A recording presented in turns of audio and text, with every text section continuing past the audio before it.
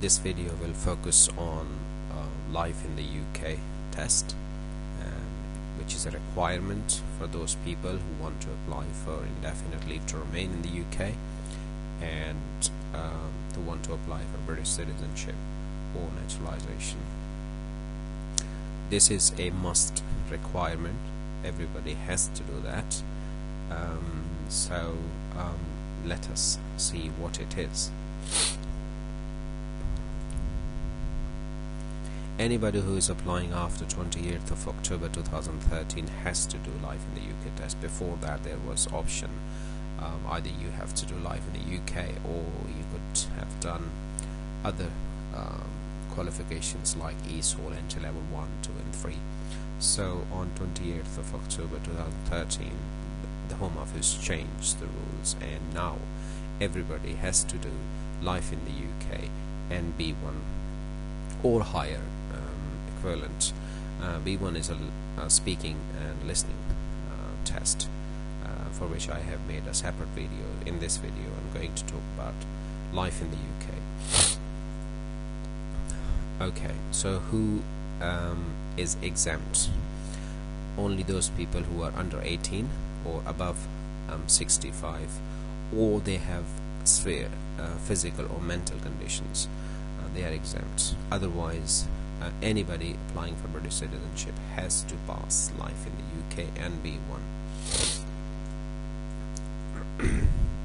How is the test taken?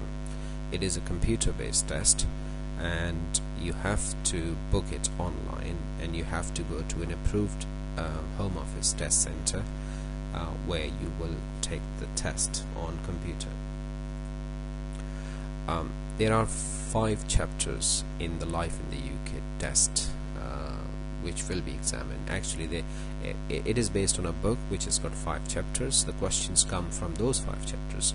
So here are those 5 chapters: the values and principles of the UK, what is the UK, a long and illustrious history, a modern and thriving society, the UK government, the law, and your role. So these are 5 chapters which you have to prepare either yourself, or you have to have some coaching or tuition to get yourself ready for the test. The test is 45 minutes. There are 24 questions and you have to pass 18 of them. You have to click 18 of them right to make it a pass, which is 75% of the total mark.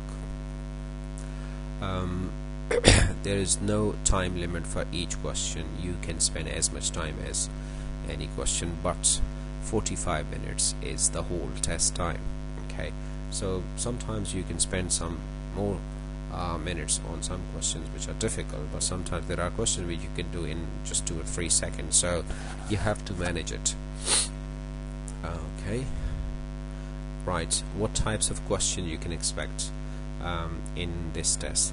There are 4 types: selecting one correct answer from the 4 options, or there is a true false question, or there is choose the right statement out of 2 statements given, or picking out 2 or 3 answers that are associated with the question. So these are the 4 types of questions that you will have in the actual exam. Now it is very important to note that you will get more questions about the country you live in. For example, if you are in England, you will get more questions on England. If you are in Scotland, so obviously Scottish questions will make the most of the test. So you have to keep this in your mind when you are preparing for the test. Now some students ask me, what is the best way to prepare for the tests? Some of them do practice online, or they have got those applications on their phones, but this is the most authentic and approved source.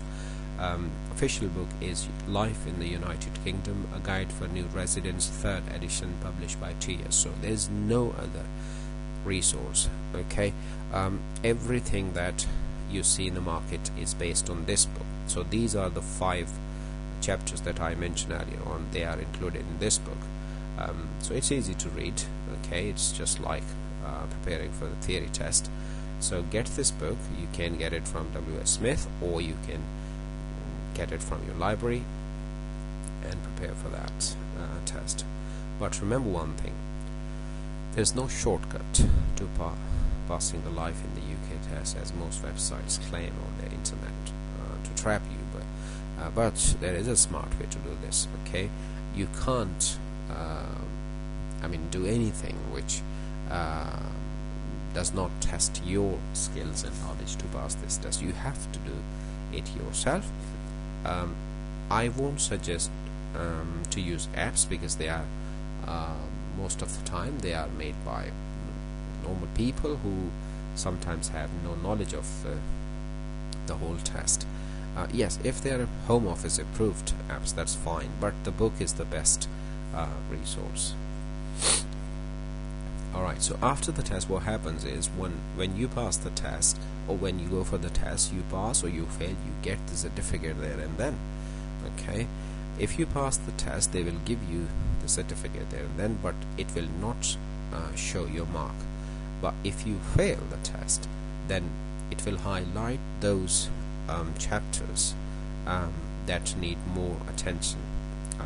So it will highlight that these many questions were wrong from this chapter, these many questions were wrong from that chapter, right? So that's it. Anyone can take the test for unlimited number of times unless they pass. So every time you do the test, you have to pay like £50 for that. Okay, which I will talk about in a separate video on how to book the test.